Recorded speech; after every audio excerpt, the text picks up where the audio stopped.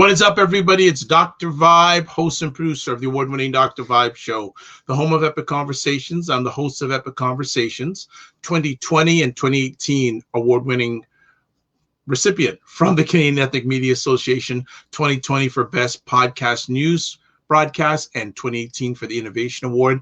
And also once a month, I host the only online broadcast in the world that is sponsored by Dove Men Care, which is for fathers and dads. And it's also co-sponsored by Dad Central Canada's National Fatherhood Organization. One more thing to slip in here. I'm also the board chair for an organization called the Global Food and Drink Initiative. And that is a multimedia not-for-profit organization that showcases Blacks around the world in the diaspora that are doing stuff in food, wine, and travel. As always, like to say you're blessed, highly favored, a magnet for miracles, and a solution for someone's problem. It's the last Sunday of Black History Month. And just because it is, well, we do it anyways, but especially because it is, we hold our roundtable with El Jones and Cesar. So let's bring them into the stage.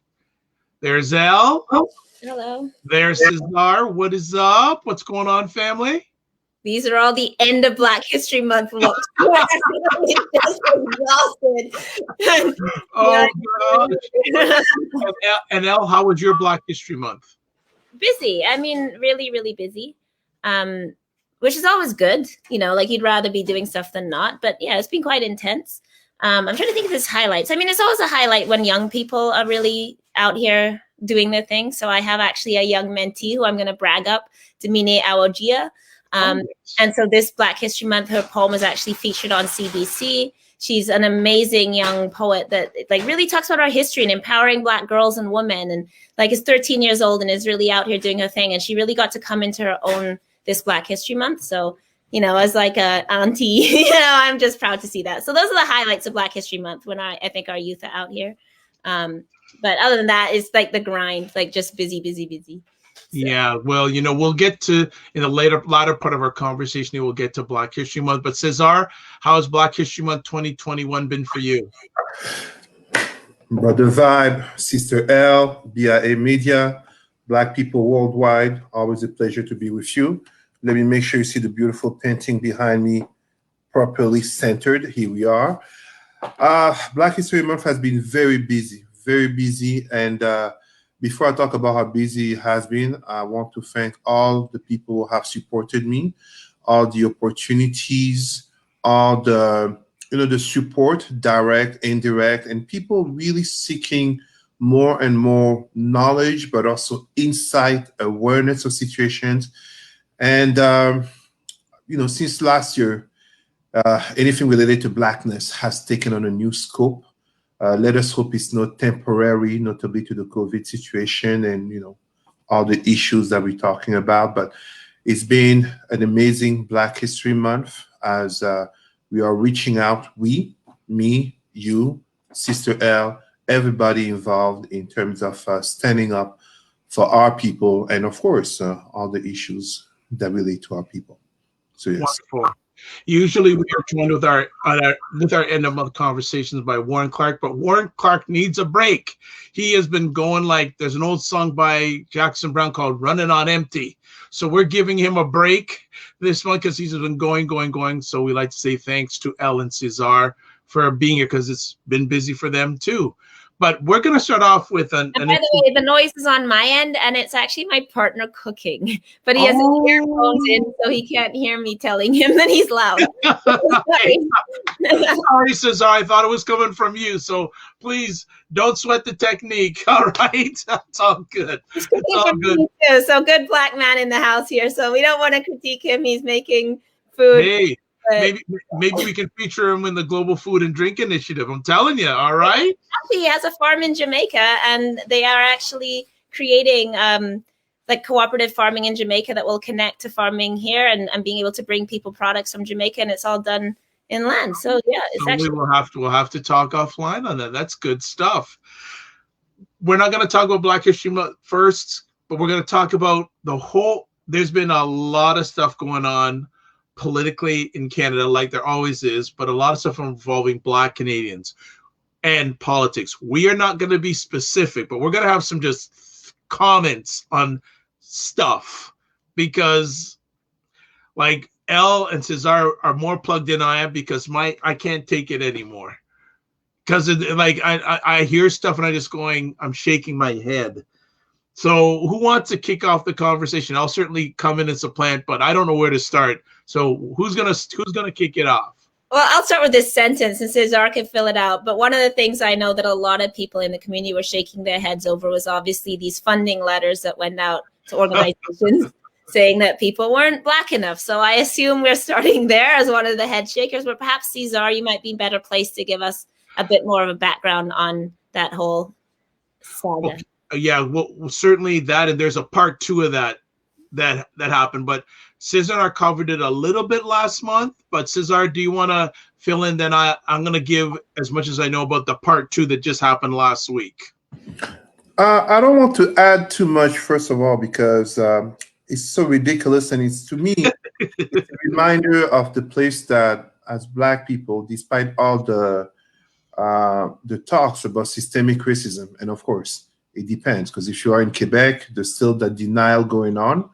But despite all of that, the claims of computer glitches, it's just an insult. It's an insult to our Blackness that we have a very hard time imagining on other communities, aka you're not Jewish enough, you're not Chinese enough, you're not LGBTQ enough to get this funding to which you apply, which is geared towards your very identity. I think it has to be a reminder for us to always keep being involved and to remember the FUBU logic, for us, by us. I think this also, sorry, I didn't jump in, Dr. Vibe, but I think it also raises a kind of question as we move forward. So in my field, obviously, we just have a bunch of cohort hires and Black people are applying for academic jobs. And in some of them, they ask for your self-identity, right? That you have to write about being Black. People are opposed to that. Like, why do I have to tell you about my Blackness? So this is, I guess, also a broader question of what does it mean as, like, that our identity comes under the state in particular ways. So if we say we want Black people to have resources, then they're like, now we need to police your Blackness to give you those resources, which is obviously messed up and people are responding to. But then I also question, and this is, I guess, where the objection to us dealing with the government comes, right? Like, it's a better model that we create community funds because then we know who's in our community and it's not in our community judging us. So I guess counter to this is something like the Black Lives Matter Fund we had in Nova Scotia, where over $300,000 was donated to our community. And we were able to give that out across the province to Black people in a communal way, right? Like, the communities decided what happened to it. And that's a much better model that, we've been really proud to be able to do in Nova Scotia from this money. But when the government is in charge of it, then they start being like, check this box. Tell us you're Black. How Black are you? How many people are on your board? Like, what do you have to do? Send in pictures of people? Like, you know what I mean? So it also shows the problem of, when we get these crumbs from government, because it's never much money. It's like 25 million or 21 million or 100. None of it it's a dent or a drop in the bucket compared to what we've put into this country, compared to what's been stripped from us historically from our labor, compared to the reparations we're owed, right? None of this is even, in the, in the vast, it's like if a football field is what we're owed, this is like a blade of the top of the grass on the football field that we've been given. And look what we're put through to get even that.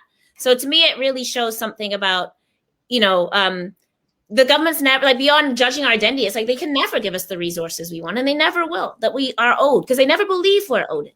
They always believe we have to earn it somehow. Sarah Youngo from Ottawa, that funding is provided by taxpayers, some of whom are Black. Why should we beg for our money? Exactly. Like, this is our money. Like, why should we have to show pictures of ourselves or account for how many people on this and that, or write about our identity so that we can get this? Like, it's a policing of Blackness. It's another form of surveillance. But of course, every time Black people are involved with the state, they're always surveying us or policing us or judging us in some way. And so I also think it's a kind of message to us that we need to really be able to build in our own communities the resources so that we know who's Black, we know who's in our community, we know who does the work, we know who's good. And we need that power to distribute resources, not with like some department coming in, right? So I'm gonna step in here for a few moments, because this sort of is like a little journey for me. Because a number of years ago, I thought the whole funding piece, getting grants and all that, I thought it was a mess. I just said, why do we even have it? But then someone told me, well, you pay taxes, so you should have access to it. Great. But what many of our Blacks have to do to get that funding, if and that, and then over the last few years, the $221 million hasn't shown up yet. I don't even know if the $25 million has even shown up yet. People, please correct me and get me up to date, because my mind is a mess when it comes to all this stuff. And then we talked about this whole computer glitch stuff. And then last week, and I'm going to be missing out on some facts and details, but basically there was supposed to be another funding announcement. Everyone's there, basically like digital horses at the trough. That's the way I'm going to put it. All right. What I was told by one of the people that was on the call, a message went out. Thank you very much for applying. And we will send by email the next day the people who have received. They broke down how many organizations received in each geographic area in Canada.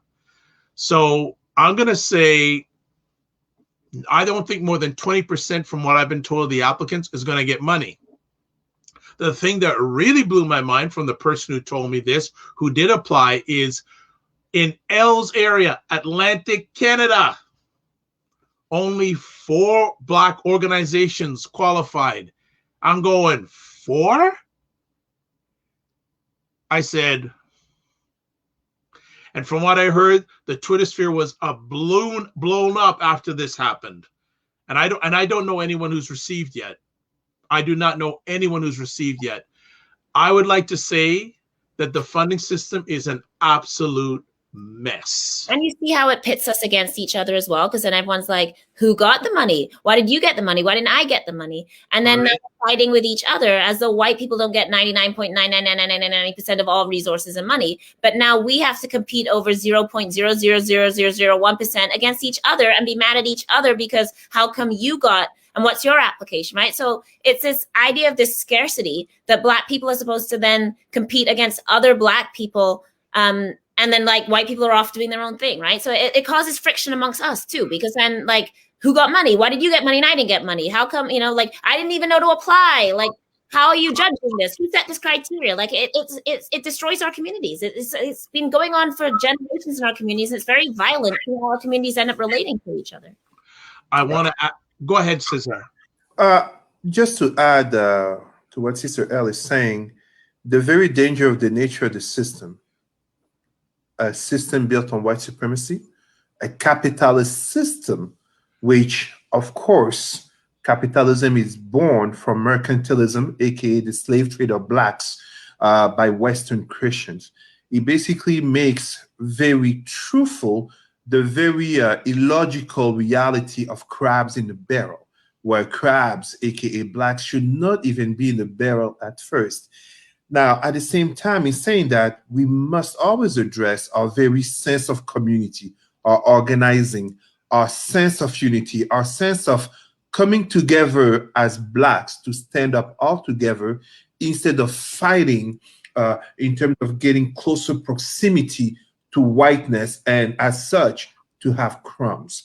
I think it goes back, the conversations that we're having today go back to an ideological debate. When I say debate, it's not so much a versus debate, but Martin Luther King and Malcolm X in terms of the nature of integration, where ultimately the very danger becoming not so much those openly overt racist whites, but the average white person who basically becomes quite comfortable with the statu quo and a semblance of liberty, freedom, and opportunities to Blacks, but then it creates constant competition among the few Blacks who even can get to the door being open, and by default, it creates a situation where those will get to have a seat at the table too often. I'm not saying all of them, I don't want anyone to feel offended, but too often feel like they have to wear a mask or they have to cooperate with the system in order to keep the place at the table. It's very dangerous, it's very toxic, and we should never content ourselves with a few millions when others get billions. I'm not saying that they don't deserve to get the billions that they get. I'm not saying that. When we look at the fate of indigenous people in Canada, they deserve even more than billions. But I'm saying we should never content ourselves with a few millions that we're getting under conditions that are notably not established by us and under a control which is not by us. I spent most of last year hosting or being part of sessions with many Black not-for-profit organizations in this country. And people may come at me for this, but we got to get our act together, folks. I'm being very serious. There are a number of organizations out there that are playing checkers when we need to be playing chess. And I'm going to be honest here, and people can come back. There's a number of organizations out there shouldn't be in existence. Sorry. Because they're not being right. And also another thing that needs to happen. Don't worry, Al, I'm taking it for you today. Some of the leadership needs to go. Well, I think we also have a mentality, like a scarcity mentality from when we didn't have a lot of successful Black people, right? So, and I'm putting successful like in quotes because we've always had successful Black people. It's successful that we survived. It's successful that we have children in our families. It's successful that we live in our communities. But under, white, we weren't allowed to go to university. So we had, like one preacher, one teacher, or one lawyer or whatever. And I think that we've been taught to expect very little. So when it comes to organizations, and I'm not calling out or naming names here, I'm saying that we haven't historically accustomed ourselves to practices of transparency and accountability and collectivity. And working together. Yeah, because the government has dealt with us by splitting us up and saying only these 20 people get to come in the room. Only these 10 people get to consult. And we need to push back on that and say it's all of us or none of us. Everybody in the room or nobody. Like everybody has the information. Everybody gets reached out to because that's how we stay solid. And how they divide us is they say you, but not you. You can come into the meeting, but not you. You can have money, but not you. And then people go, well, now my paycheck depends upon me going in that, so it is a long practice thing by the government. They always put in people. And I'm not saying those people even have bad intentions. I'm saying this is what white supremacy does. I mean, I don't mean the Black people have bad intentions. I mean, the white people do. I think that, then we get caught up. We have to pay our bills. Our money depends on this. If I do something against the government, I can't get it. And they put us in those positions. And one of the things that happens is there's no accountability and transparency. Like, what is the money doing? And the government doesn't want to tell you that. They will never tell you what we made a decision on. And then people feel like I need to keep it secret. And there's a lot of secret keeping. And I think that is really damaging to our community, right? And it's a practice we're going to have to learn to do differently. And it's hard. I understand that. And I'm not blaming us because I'm never ultimately blaming us. We react for survival in a society that doesn't want us to survive. And we always are trying to run ahead of something that's always trying to pull us back, But yeah, I think they deliberately, they want organizations because they don't want people. They don't want masses of us in the streets, right? Go ahead, Cesar. You're on. Fact. Okay, there you go. If you look at the very fact of the very nature of the system, by default, the institutions of a system of oppression are and remain oppressive towards those who are not part of the dominant group. So if you look at the very Roman maxim, or maybe I should say mantra, in terms of divide to conquer, right away comes divide to rule. And by default, eventually what you end up having, and allow me to mention Sister Sarah Onyengo, the scarcity mentality is a barrier to our progress for real. We must do better. She's absolutely right. Eventually, not even eventually, we don't have to wait. This has been the proof for decades and centuries. Our liberation from slavery came from our fighting. Our liberation from colonization came from our fighting. Our liberation from neocolonialism, which is ongoing, will only come from our fighting, just as our liberation from systemic racism will only come from our fighting.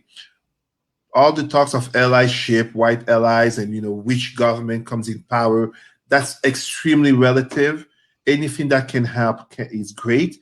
The problem is that if we content ourselves with just anything or accepting the little, we ourselves trap ourselves, especially we trap our children in a mentality of lowered expectations, which notably is reflected in terms of lower standards, notably because we have constant infighting for a small place at the spotlight where basically it becomes so conditioned to, you can't say this, you can't do this, you must look this way. I mean, it's like I tell people all the time, it's not accidental that I make sure that I come with a strong African look and a strong Pan-Africanist ideology to show to our brothers and sisters, and notably youth in high schools, yes, you can do it while being unapologetically Black, because that, when you understand that, you also understand the sense of unity. You also understand the importance of collectivity, of coming together to change the narratives. Within us, we can do it. With us, with one another, we must do it. Like, I agree, and I'm gonna hail up Ryan O'Neill Knight here. So those people who don't know him, he's a co-founder of an organization called the African Caribbean Business Network. So a while back, the government promised us $221 million for business and all this stuff, which has not happened yet. So he and a group of people formed this organization, and they said, you know what? A lot of our businesses out there don't need hundreds and thousands of dollars to get them over to the next level. So what they did is, listen to the word, they partnered and collaborated, and I'm not getting sponsored by them, Alterna Savings, to develop community microloans, anywhere from $500 to $25,000. And the HCBN provides you the help, provides the help with the paperwork, all the stuff you need to get that stuff done. We, as a Black people, we can't just look at one way of getting things. We have to collaborate together. We have to find our allies out there, because every day we don't do it, we fall further behind. The government hasn't given this money. And then people are looking to get money from the government who are running the nonprofit organizations. What are you going to do if you don't get the money? Right? What are we going to do? How are you going to survive? We have to collaborate. Let's get our egos out of the way and realize at the end of the day, we want to serve that Black man, that Black woman, that Black child in the street. Because if at our level, if we don't get it right, we should be hurting that we're affecting people, lives, and our future. Collaborate, folks. And there's more than one way. There's a number of foundations out there that you can apply and get money from. Don't look at the government. There's more than one alternative. There are foundations out there that are offering money. If you don't know any of them, hit up people like me, hit up people like El, hit up people like Cesar, hit up people like Warren Clark. If we don't know, we know people that can give you that answer. Because we don't want, as my friend D. Chansonberry said, we're not united. That's another conversation in a minute. But I want Black people to stop surviving and start living. We need to start living. We're too much in a survival mode. It's like when I was younger, there was a cartoon, Bugs Bunny and the Roadrunner. And the Roadrunner on the cliff. He always had his fingernails on the side of the cliff. And most of the times he fell down into the gully.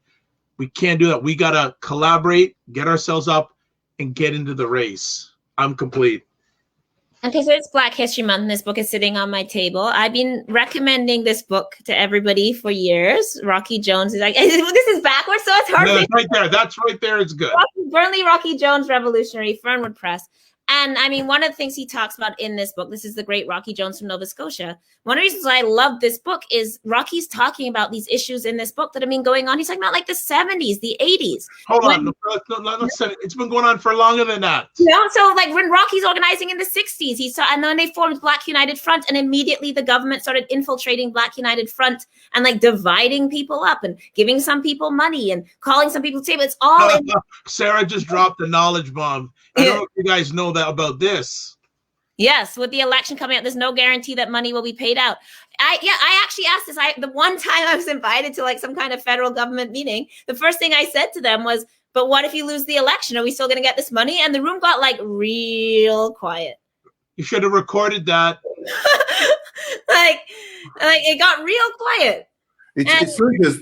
Sorry, Sal, please go ahead. Go ahead. No, I was going to say it's not just that. I mean, when we look at the very way the system is built with much craft and decades/centuries of knowledge in terms of those who are dominant to remain dominant. A lot of Black people like to think that like demographic changes will affect white supremacy when it's not exactly that. It's the mentality where you can have, even if those who are in power, I'm not talking about the average white person. I'm talking about those white supremacists in power. Even if they are statistically a minority, they can keep control, they can keep power, notably because they can keep control of those who could replace them, even with a darker face. What we also must do when we talk about that is that understanding that the very issues that we are talking about, we have to live in the system in terms of Canada, its laws, its institutions, but we don't have to live by survival in a system by contributing, by becoming complicit to the oppressive nature of the system towards us. I like to sometimes remind my Black people that we don't see Jewish people, we don't see Chinese people protesting for the dignity of their lives.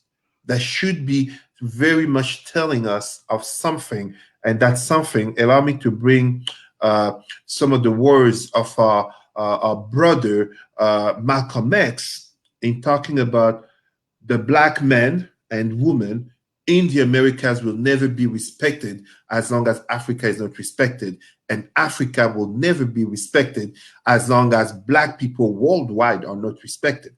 We are all interconnected. We can divide ourselves, country, usually created by whites, religions, whites and Arabs, political affiliations, which is really a waste, as we're going to talk about. We can divide ourselves in so many different ways. But from the Americas to China, Australia to Russia, in Europe, we are seen first and foremost as one thing, as Black people. We are it. From the dark-skinned midnight brother and sister to the mixed person with green eyes and blonde hair who may be white passing until they're like, hey, you Black. Maybe there's a new Twitter campaign or a social media campaign. We should go hashtag cut the check.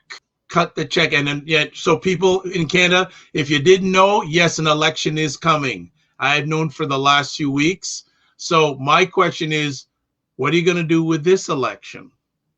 Are you going to hold your representatives accountable?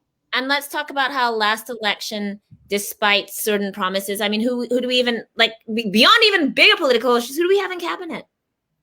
One Black person? Like, and that's like, besides, before we get into any of the philosophical stuff, just on that, which isn't even, like, that's a small issue, but do Black people get rewards for their loyalty in this government? Do Black people who have served multiple terms and should be by any measure in serious positions, how come we see them being rejected and not getting what white politicians get when they're loyal to this government and serve them and go out for them? How come Black people are like literally thrown out there whenever there's a Black issue, get out there, talk to your community, and then what do you get back? They don't even reward their own people. Never mind us, and never mind like poor Black people living, you know, in prison or facing deportations or living in shelters, or like, never mind them, right? So yeah, what are we going to ask? That's a really important question. Like, when are we going to stop? Like, when they throw us like, you know, $20 million and then they're like, vote for us, like, you know. And I really briefly want to talk about the Justice Bill, Bill C-22, which came out a couple of weeks ago, which they claimed would address systemic racism. We have been asking for full abolition of minimum sentences because they are unconstitutional and they largely affect Black people. A lot of the minimums they have in are things like gun minimums that are directed directly at Black men. One of the reasons why they didn't abolish minimums, they said, well, we need to address gang violence. Like, what do you think that means? So even the bill where they're talking about we're making this move to fix systemic racism, they're like, but don't worry, Black people aren't going to get away with stuff. We're going to keep in minimum so we can put them in prison. They decriminalized simple possession for drugs, but not decriminalized drugs as a whole. And they left prosecutorial and police charging in place. So the cops have all the discretion they want to charge us however they want, and they think that that's going to help us. So what I'm saying is I could get into a whole thing on Bill C-22, and I won't get into the whole thing, but something that's being sold to us as reform that falls far short of what we've been asking for, like abolish mandatory minimums, full decriminalization of drug use. It's a medical issue. We can't even get that. And then they tell us that that's addressing systemic racism when they leave everything in place that makes us face racism in the courts, including, for example, like if you still criminalize drug use, if you ask for fines, Black people can't pay those fines. If you demand treatment, people can't necessarily get into treatment. What beds in treatment? What treatment that's culturally sensitive? We don't have that treatment. Like what happens when you're waiting 6 weeks or 2 months to get into treatment? And in that time, you're living on someone's couch because you don't have housing and they use drugs. What happens to you then? What happens if you breach? And then they're like, oh, well, like we gave you a chance. So like, I'm just saying that's one issue that they're trying to sort of sell to us as we listened to you on justice. You guys went out in the streets all summer and we're listening to you, and they didn't listen to us at all because that bill doesn't do anything that we need or want, or just like small, but not at all to the state that we need it. So I just say that as a segue, but I know Cesar, you want to talk. We also had another issue that you wanted to bring up about different political sides. So I do want us to get into that. I'd just like to add just what you were saying, Al, in terms of addressing systemic racism in the justice system. Let us never forget how the opioid crisis was treated as a medical issue versus crack in the US, marijuana in Canada, the US, all the way down to Brazil, treated as a criminal issue. And we know who most likely gets to go to the hospital for the substance abuse problem versus who most likely is going to go to jail for the substance abuse issue, which notably fed an entire industry beyond the prison industrial complex, but also employment, notably to majority whites. It's uncomfortable, but it must be said. And when we look at the COVID situation, the pandemic, the disproportionate infection rates, we look at the social determinants of health, I think more people are becoming aware, are able to see the systemic racism that we talk about. The question for me, as winter is ending, are these people very much willing to protest and to speak up because there was a pandemic, lockdowns, and there was no entertainment or TV? Or will they still be vocal and protesting if need be, boycotting even better when vaccination and better times occur? These are the questions we must address. Dr. Vibe, we can go to the next topic. Okay, I think we did good with that one. So, well done, well done, well done. Excellent as always, lady and gentlemen. Next up, last day of Black History Month. So, I have a question. Do we need a Black History Month? I just want to put out there, do we need a Black History Month? I guess I'll open that. I mean, I always call it Black Liberation Month. And for me, the purpose of the month, but could be taking place any day of our lives. For me, what I don't like about Black History Month, and that's getting into I'm leaving aside the other questions of it should be all year. I'm just saying, if we're going to have the month, I don't like the focus on first. Like that we have a lot of focus on this person was the first person to do this. This person was the first person to do this. We just sort of shout some names. And I'm not saying we shouldn't honor our ancestors. So the question is, why did our ancestors exist? And how are we carrying out this struggle? So when I'm showing you Rocky Jones's book, I'm not showing that because I'm just like, oh, this is a thing. Like, let's name him. I'm showing it because in my life, as I try to organize in my community, I can read Rocky's book and he left me information that I can apply now. So to me, when we contemplate Black history, the purpose of it isn't to seal it off into the past. It's not to say, oh, Martin Luther King, wasn't he a great man? It's to say, what did he do? Who was around him making change? What do we learn from that? And how do we carry that forward? So I consider that to be African Liberation Month, where we should be focusing on what is the struggle, how did we get here, what do we learn from this struggle, and how do we apply it today. And too often, of course, it becomes institutionalized, and it's like some business being like, oh, like let's bring in some chicken. I mean, in the jail, they literally told me that they got a Black History Month meal and it was like Cajun chicken strips. But 3 years ago, they told me on Black History Month in the jail, this will take everybody aback. So I'm going to pause.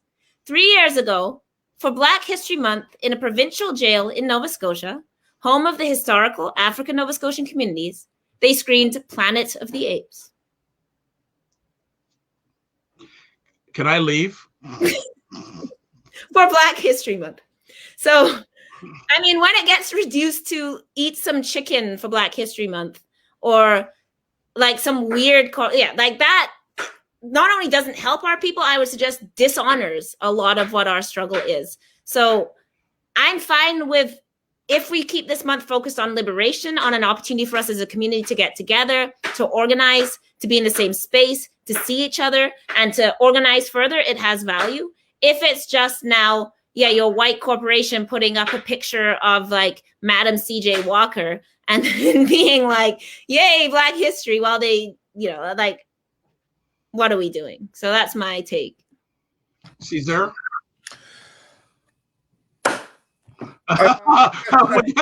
You're clapping your hands. Should I get up now? No. I don't think it's so much that we need. We must have a Black History Month with first understanding that, as I share notably in professional emails, as I share links and resources as yesterday, Black History Month is not the shortest month of the year. Black History Month is 366 days out of 365. It's every day. However, that said, I am born on January 27th, and thanks again for the surprise gift I had. So, as I'm born January 27th, there's something many Black people do not know. A few decades before my birth, exactly 35 years before my birth, January 27, 1944, that was the date of liberation of the Auschwitz camp. And what happens every year on January 27 is that Jewish people, and notably in Israel, they stop.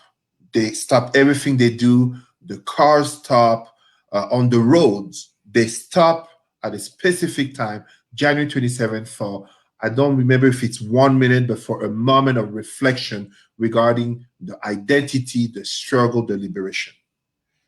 When I say that I support for Black History Month to continue, it's in the spirit of going further than the official heroes to celebrate that we are given. Example, we are given a certain image of Martin Luther King while making Black people fear that he was a radical, and it's greatly part of the reason why the U.S. government, surprise to many Black people, the U.S. government contributed to killing him. Mm-hmm. We had an image of someone like Abraham Lincoln as the hero who started the Civil War to liberate Black people from slavery, and he had a hero, Frederick Douglass, next to him, and yet, how many of our Black youth celebrating Lincoln know that Lincoln was, yes, an abolitionist, but he was also a segregationist who deemed Black people inferior to whites? I want for my people to, Black people worldwide, that when we celebrate Black History Month, as we've seen the context of 2020, George Floyd, Black Lives Matter, global protests, systemic racism in the pandemic context, to celebrate beyond the official narratives, but to learn about not just slavery and colonization, because that's not the end of our history. To learn beyond that, to learn about our royalties, to learn about our glory.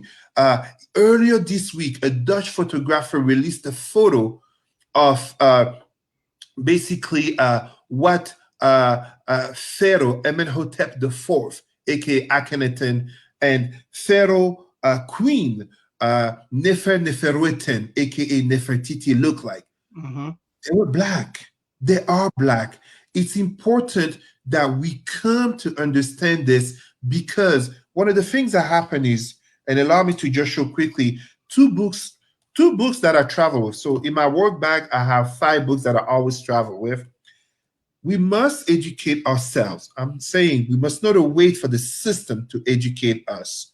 On the 4 corners of the world where we are, we must educate ourselves on Black thought, Black ideology. I'm not saying this in terms of Pan-Africanism. I'm saying this in terms of Black identity, so that we can understand that whether I am Black in Canada, my connection to Blackness is not just Black Americans, but also Afro-Brazilians, and also Blacks in USSR, just as indigenous Blacks in Australia, and African immigrants in Australia, along everything in the continent.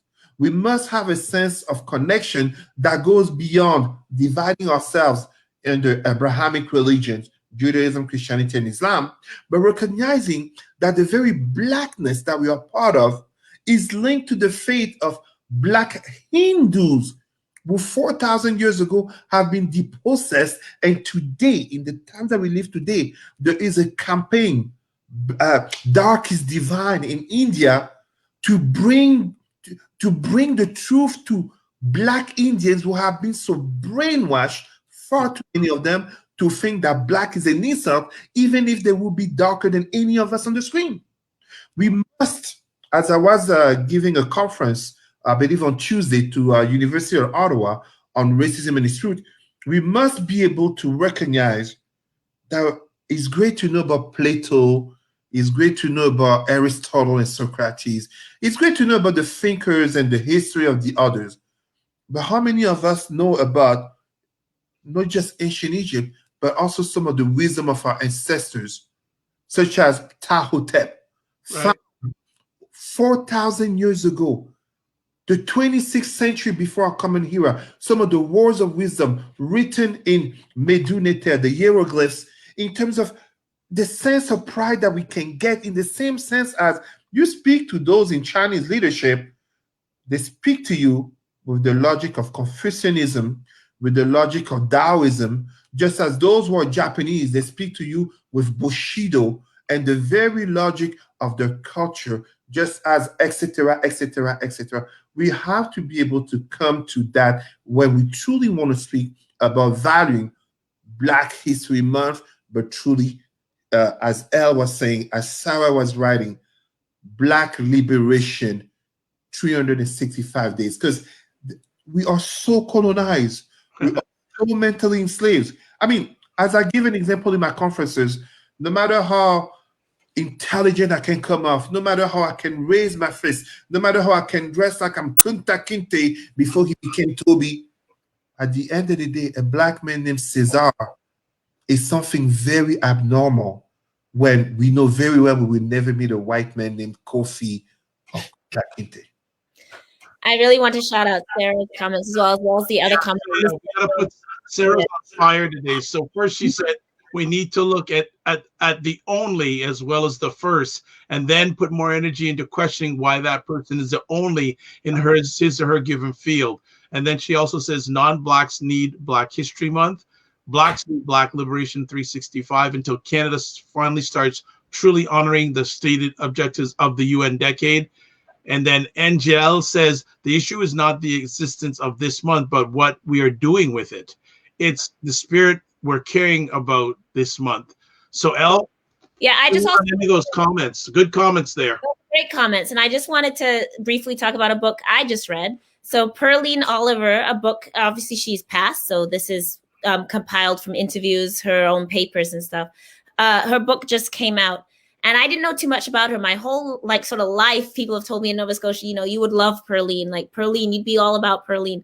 And one thing I want to shout out about this book. So first of all, I did not know that Pearline Oliver was responsible for Black women being able to take nursing in Canada. And many people may know Ruth Bailey, who was one of the first 2 Black nurses to train in Canada. And it was Pearline that worked to get people like Ruth Bailey into nursing school. Because Pearline a girl had come to her door who had tried to go to nursing school, was very light-skinned, could have passed. And when she got there and checked Negro, they told her no. And Pearline since then fought for her. And I didn't know that. But to go to what Cesar is saying, what we're saying about the only, there's a really interesting chapter in this book about Viola Desmond. And we get a bit of a retelling of that story. So we've sort of been given this very singular, okay, so Viola Desmond sat in the theater. You know, she did it 9 years before Rosa Parks. Well, Carrie Best, 5 years before Viola Desmond, Carrie Best, who published the newspaper that wrote about Viola Desmond and really publicized the case. 5 years before that, she had actually gone in and done that on purpose so that she would get charged so she could challenge the law. Does anybody know that? Viola, when she got out of jail, came straight to Pearline's house. She's the pastor's wife. This is at the parsonage. So she's the minister's wife, right? Straight to the door, and she's crying and telling her what happened. And Viola didn't know if she wanted to fight. And Pearline's like, no, we fighting this. And it's Pearline that set up the organization that was like, we are fighting this and we are not allowing this to happen. Viola had just paid the fine. And Pearline was like, no, we don't know that story. And she also goes on to tell us stuff like what Viola suffered from this that we haven't really talked about, that her husband essentially left her after this happened. Like, he wasn't into this, and he was like, nah, I'm not doing this. And Viola dies like very, very young, right? So I really want to rep this book for Black women's history in Canada. I've lived in community with Pearline's family, of course, Senator Oliver, like it's related, like this is the family, right? Like, I still didn't know this history, and this is in my own community. So I want to rep Pearline Oliver, and I want to say that, yeah, whether it's Black History Month or not, these are the kind of histories that have been so buried. And then when we're given it in this, again, only way, like only Viola Desmond can be on the money. Now it's everything's only Viola Desmond. And they're like, okay, we'll give you one. We'll give you this one Black woman. And it's like, what about all the other Black women? And when I'm reading Pearline's book, I'm like, yo, like Pearline should be on the money right beside Viola. And so should Carrie Best, because they was all in it together. That wasn't just one Black woman, Viola. That was 3+ Black women who organized to make this case. And we don't know about 2 of them. Like, how am I supposed to live as a Black woman in Canada when you can't even tell me that Pearline existed? And like, I've lived my whole life and Pearline was an organizer. No one ever told me so that I could read Pearline to find out. Like, this is a disgrace in terms of how Black women's history is so buried. And then like we're given a fraction of it. So I agree completely. Like, this rhetoric of the first and the only is actually about excluding the many of us that actually have worked for liberation. Interesting. I was listening to a commentator this week saying that when you hear about the first and only, that's making white history. That's not making Black history, because it's the first one in white environment. It's not Black history. And Sarah's here, man. Sarah, when are you coming and join us one week? Come on now. Carrie Best, founder of the Clarion and mother of James Calvert Best, one of the founders of the PFPC. That was one of the founders of the Brotherhood of Railway Porters. So this is like union history in Canada and labor history in Canada. And thank you, Sarah, right? And Carrie Best is so like underknown. Like, this woman, the Clarion, like her newspaper was, I mean, I was reading commentary from Carrie Best again about like social issues we're dealing with now that she was writing within the 50s and 60s and 70s. And, you know, like, we like to believe that we're here in 2021 doing new things. And it's like, no. Like, Carrie Best was doing these things like 60 years ago and we don't even know about them. You know, it's wild. When you bring up topics like people writing back in the 50s, 60s, 70s, and we're doing the same thing today, what is that saying about us? Like, what's going on? Like, Cesar, I want you to fill in here. How are you feeling about Black Canadian identity on the last day of Black History Month 2021? Allow me to bridge this topic and exactly that one that we're talking about. Maybe I can ask Luc, BIA Media, to show a link that I just sent them. I'd like to just, for all of us to see the photo. So when we see this photo, we should not need a Dutch photographer. We can assume it's a white person, of course. We don't need a Dutch photographer to know that our blood, our ancestors, were not just slaves and colonized people, were not just farmers and merchants, but there was royalty and I should say they were divine. Why Nefertiti gotta be so light in this picture? So,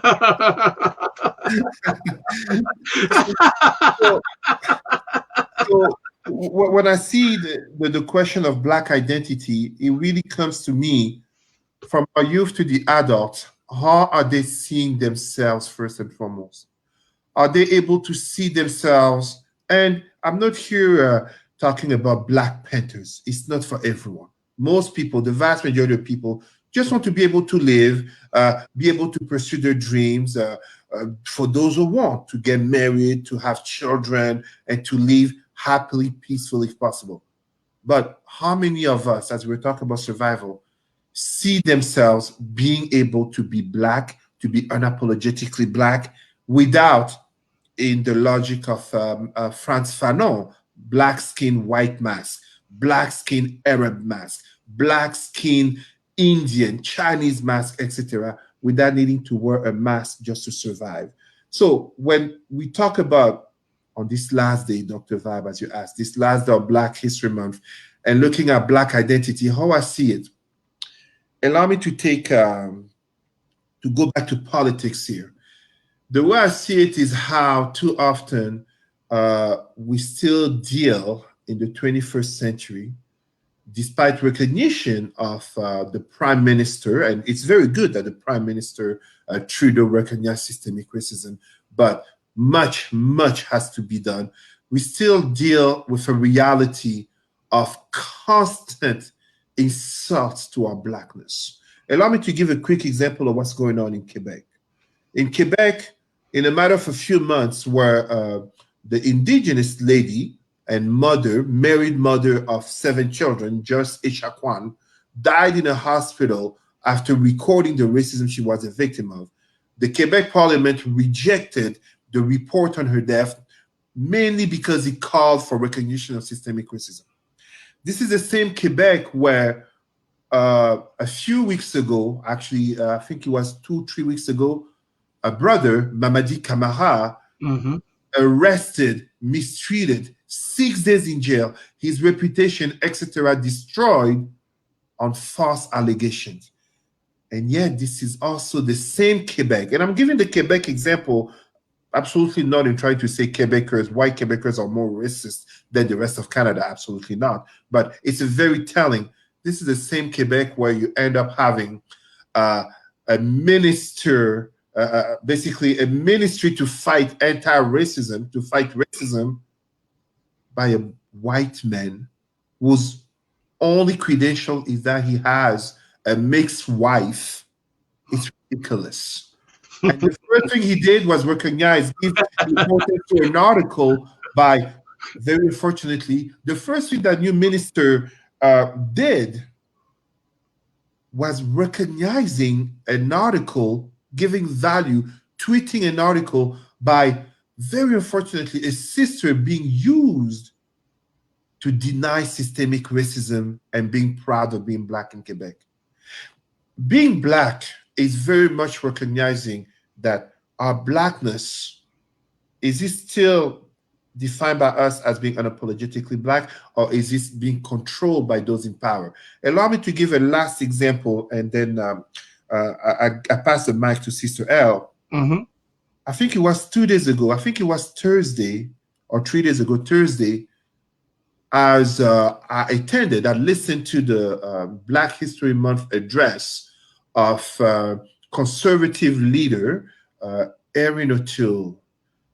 And as I had conversation with some of my sisters and brothers who identify politically as Black conservatives, to me, you know what I think about Black people siding left or right. But it was interesting how their leader still does not recognize systemic racism.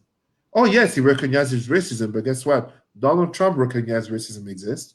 Bolsonaro in Brazil recognized racism exists. I don't know a white person who doesn't deny that racism exists, but recognizing that systemic racism exists is a completely different thing. When whites say racism exists, they're speaking more in terms of individuals. When you become able to recognize, and we have to give credit to Trudeau here. I'm not giving him a pass. Remember, blackface, brownface, I don't forgive. But We have to give him credit here. When you recognize systemic racism exists, you understand it's about the structures, the institutions, the entire system. And as such, even though we can have a privilege of being here in the media, of being here employed, of being in certain positions of influence, at any moment, our blackness can be used against us to bring us down, to basically ostracize us, to mistreat us. So the truth about February 28th, 2021, to be quite honest, with much respect to global protests about Black Lives Matter, systemic racism and social determinants of health, June 6th, the Capitol, the truth is that February 28th, 2021 looks very much like February 28th, 2020. And February 29th, 2020, it looks like any other end of the day in February. Ultimately, FUBU logic, for us, by us, not awaiting from the system, not awaiting from well-willing allies, not waiting on corporations who on February 1st suddenly discover, oh my God, it's Black. Yeah, raise the fist. No. I'm gonna like to comment as well. Sorry, I just want to shout out Sylvia's comment. Yeah, I want to bring that comment up. So, Luke, if you can bring up Sylvia, I want to read this short put to L. Speak, telling our full story about us, for us, and by us. We do not need to make sure that what exists is shared with schools and community. We are pushing these stories, which are available at the Delmore Buddy Day Institute. We are pushing to write more and more and share the facts, contributions of our resilience. They're also available on this platform, Dr. Vibe's platform, and many other platforms. Over to you, Elle, my sister. Oh, no, I don't know. I don't know if we're wrapping up because there's been about an hour, or if we wanted to move to that shout out. Yeah, no, I know, Sylvia. I knew what you meant. And yeah, the Buddy Day Institute also has if you go in there, there's a display of many of these books that talk about history. I mean, you can't go in there right now, or you don't live here, but they have a library, right? I don't know if we wanted to go to that last topic, but then that's Cesar's to kick off. So, well, but I just want to read what Sarah just put up. Yeah. It seems that white French Quebec is determined to cling to its victim status vis-a-vis white English Canada by stifling the non-white Quebec voices fighting to dismantle the very systemic racism in that province. Very good outlook. Yeah, I actually I'm in a conference in like a couple of weeks that's in Quebec about policing, and they literally kind of warned me that they can't use the word racial profiling because the government doesn't acknowledge racial profiling exists. They call it social profiling, and they refuse to even acknowledge racial profiling. And said this exact thing, that is complicated in Quebec by like the white Quebec population that really is wedded to this notion of themselves as historical victims, so refuses to acknowledge. So I have a question. If white Quebecers are victims, what are blacks? Or what are Indigenous people? What are Indigenous people? Like, wow. Uh-oh, Cesar is back. Cesar is back. Here we go. If I can give you a very, very, very short, I don't want to go too much into, because to understand what's happening in Quebec, and I dare to say it, it's a mix of history, politics, and society in a global context. The very language in terms of anti-racism, anti-oppression, systemic racism, equity, diversity, and inclusivity is not French. Quebec, just like France, denies this concept. They basically dance to the left, bob and weave to the right, etc., to avoid calling a kettle a kettle. And one of the things that you get is that in the French mindset, the very concept that we're talking about in the Anglophone world, for all the issues in the Anglo-Saxon world, 10, 15 years later, that's when it becomes topic in the French context. So what you end up seeing to give the example of Quebec, is the enemy is the bad Anglophones. And then you point out to the veiled Muslim woman as they're going to take over. And then you have the angry black people who are a bunch of Black Panthers. They hate white people. And then you have, to use the language that so many use, the perception of Indigenous people as still savages. It's very terrible, because one of the things that happen is that the systems of oppression always and still find Black people willing to play that game, willing to basically say the narrative of whiteness to make white people feel like, hey, I'm not racist. Look at what this person said. Look at what that entertainer said. I mean, we need to have this conversation in terms of, basically this Canada that really feels like two different people, aka Quebec and the rest of Canada.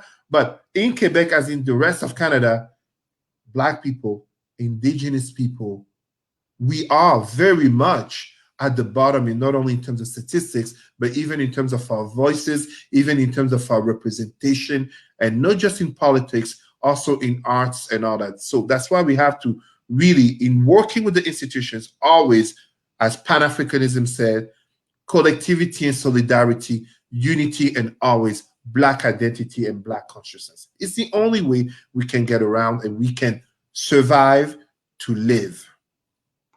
Well, I think we'll end there. One of the things I hope is that you, both of you and Warren, are as busy all year round as you were this month. And that's a telling statement in itself, right? We're just, and it just enlarges my thought about this whole thing about diversity inclusion. I don't hear about it as much anymore as I did a few months ago. Mm-hmm. Mm-hmm. I'm not saying, I'm just saying. Or they're doing things without asking our community. So they're like, hey, we're doing this thing for you. Like, did we ask for that? Have you asked for our input? Did we get to say anything about this? Were we consulted? So how is this for us? Like, we have to keep the foot on the gas pedal continuously, right? Because I was speaking with someone yesterday and they were talking about, this organization's doing diversity and inclusion. I said, okay, well, who's measuring it? What is the measurement of success? There's too many. I just have a question for a number of organizations that say they're doing diversity and inclusion. Who's measuring it? And are you going to report the results publicly? It's very, very good to say you're doing programs, but hey, when our people have to apply for grants and loans, we're being measured. We're being measured. And if we don't comply, we get the rug pulled from us. Should it not be for these organizations that allegedly are doing diversity and inclusion? I've heard too many horror stories, especially this month in a lot of these online things, on how people that look like myself, Cesar, Warren, and Elle are being treated.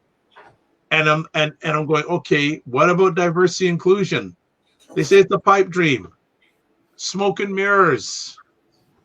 So my concern is when I wake up on March 1st, what different?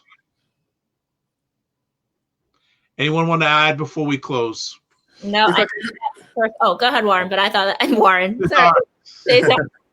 No, if I can just say, brother Vibe, what you were saying was too often the Black struggle, the Black liberation is co-opted by white power, whites in power positions to basically, how do you call that? Bleach it.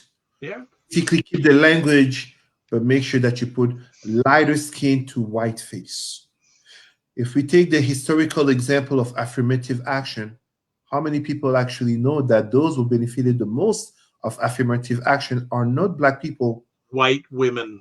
White women, notably in academia. Yeah. I think y'all will agree on that one. It sounds like a taboo topic, but it is absolutely truthful. When we look at very much, even right now, end of last year, December, as we were talking, the very work on systemic racism in Montreal that had begun with Balarama Holness and other Black activists involving Black people, the position to address systemic racism in Montreal was given by Mayor Julie Plante to a non-Black woman. Is she qualified in terms of her activism and her education? I'm going to tell you, yes, she is. But can you think of me being given a position to address anti-Semitism in any city because I did Jewish studies and look at me? That could never happen. That could never happen. So just as we were talking about this type of situations, just as we're talking about the very notion of equity, diversity, and inclusion, On another topic, we should not say inclusion, we have to say inclusivity. Big difference. It's like equality versus equity. I will explain that another time. But just as we talk about EDI, one of the things that happen is that it gets whitewashed, it gets bleached, it gets basically toned down to become more palatable to those in the dominant group and in power positions. AKA, yeah, bring it, just don't bring it too hard, especially if you want to get paid. I was going to say that I think 80% of the backlash that I get is that people are like, that one's light. She must be nice. And then I open my mouth and they're like, well, we let the wrong one in, you know? Like, so, because I mean, that's like shade is also part of this, right? Like lighter skinned people can come in, darker skinned people get back, right? Like what they think you look like, what you represent, how you speak, what your accent is, what neighborhood you're from. This all matters. So yeah, I mean, I'm also laughing because I'm like, I think at the beginning of like my career, people are like, oh, that one's nice. You know, that one looks like she might be okay, you know, and then they're like, oh shoot, that one's not nice at all.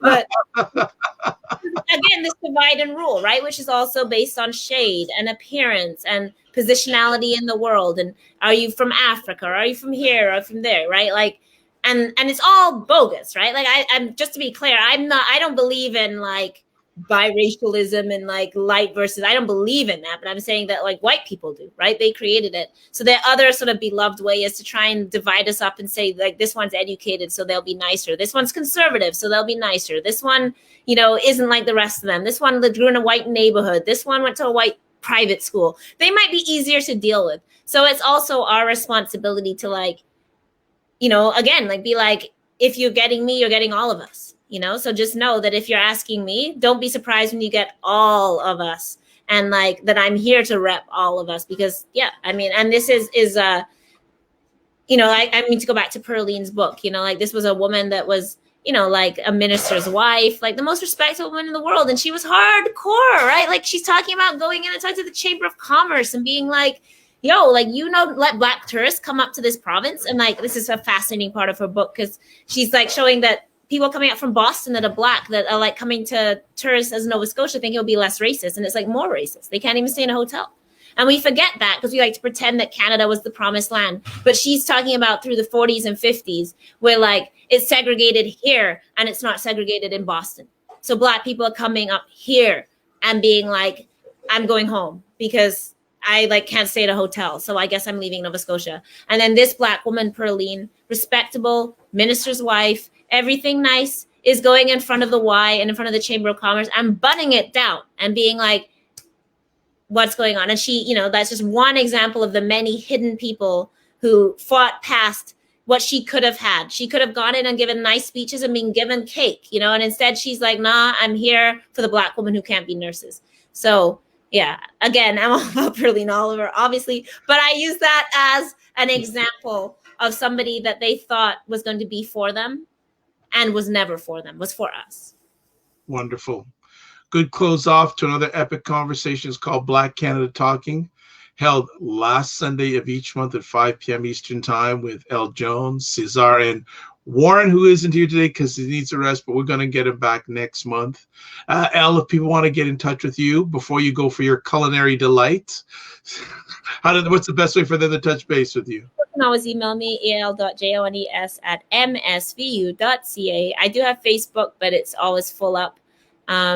Sorry, like one day we're friends, but no problem. It's Cesar. Thank you always, Brother Vibe, Al, Warren, and BIA Media. Reaching me, President of Roots and Culture Canada, and at the same time, I am on Facebook. My Facebook is always very active. Cesar space Remy, RIMY space Emery, EMERY. And if I can just say one last thing, look, can you just very quickly show again that photo of ancient Egypt, if that's possible? I just want to pass a little message for some of my mentees and the high school students who might be watching us to remember that slavery and colonization is not the start of Black history. It's not the center of Black history. Those are chapters, very important chapters, but there is everything. There's royalty. And at the time of Akhenaten and Nefertiti, truly, Blackness was respected at another level worldwide. Thank you. Wonderful. We got the picture up. And I would like to thank Sarah, Angel. Also like to thank, of course, Ms. Sylvia Paris, the Honorable Sylvia Paris, and everybody who watches live on the replay or listen to it on the replay. I would like to say thank you to Elle, thank you to Warren, thank you to Cesar, as always. If you want to get in contact with me, the best place to do that is get contact at my website, thedrvibeshow.com. As always, I like to end off my conversations like this. Live your life as a dream. If you can dream it, you can make it. Sometimes you have to get smaller to get stronger. Block assumptions and aim bigger, aim better, aim higher, aim wider. Love, faith, and respect. Remember to give yourself grace. Thanks, BIA Media. And one final thing. A lot of people ask me, oh, what's the best interview you've ever done? I feel that every conversation I've done is epic, but I will promote one, especially for Black people. At the end of last year, I had the honor and privilege to interview a gentleman named D. Chanson Berry. You probably not have heard of him, but he has produced independently 27 documentaries. One of the documentaries he's produced, two of them is called Dark Girls 1 and Dark Girls 2. And it's all about Black women around the world whitening their skin to be accepted by culture. And I had the blessing and privilege to have conversations with him twice last year, both on the website. But in the second one that he did to the end of last year, I highly recommend every Black person watch that conversation. I've had people that are not Black saying, wow, that educated me so much. One of the great quotes he said, and this is what I'm speaking to Black people around the world, not just in Black History Month, but when you wake up tomorrow, think about this. Too many times, we as Black people are making dinner out of scraps. I don't want Black people to have to deal with the scraps of life anymore. I want us to eat dinner. Those who are worthy, because there are some that are not, but those who are worthy, I want you to have your dinner instead of having to make it out of scraps. God bless. Peace be well. Keep the faith. Thanks, BIA Media. Walk good.